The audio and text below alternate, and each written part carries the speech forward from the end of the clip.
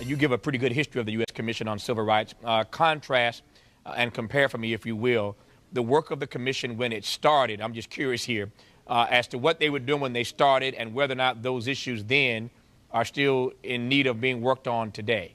The commission started in '57. Dwight Eisenhower recommended it as the modern civil rights movement was burgeoning.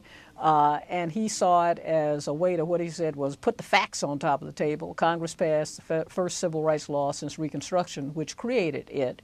And there were independent-minded people put on it, people like Father Ted Hesburgh at Notre Dame, where the president was just out there speaking at Notre Dame and referred to him, and other courageous people who, in fact, went to the South and saw what was happening on race and made recommendations. And the main thing about the commission, independence from anybody. They could say whatever they want, and subpoena power. They could subpoena people, officials as well as ordinary people.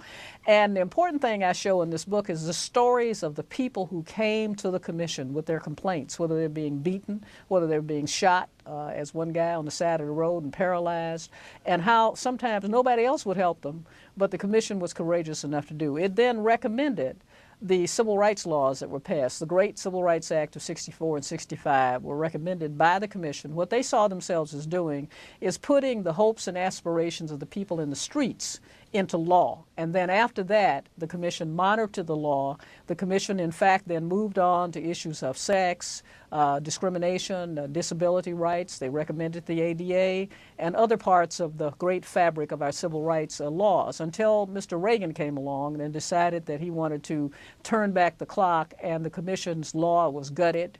Its membership was compromised, and today the commission that sits, that mainly Mr. Bush's appointments, the George W. Bush, and other people who are, I consider, anti-civil rights, they make recommendations like they were against the Voting Rights Act that was reauthorized 2 years ago. They have said that law schools should not try to admit students who are diverse. And so what we need is a new Human Rights Commission that'll go back to what the old commission did, with members nominated by the president, confirmed by the Senate, so the public knows who they are, and who are independent-minded people to solve today's problem.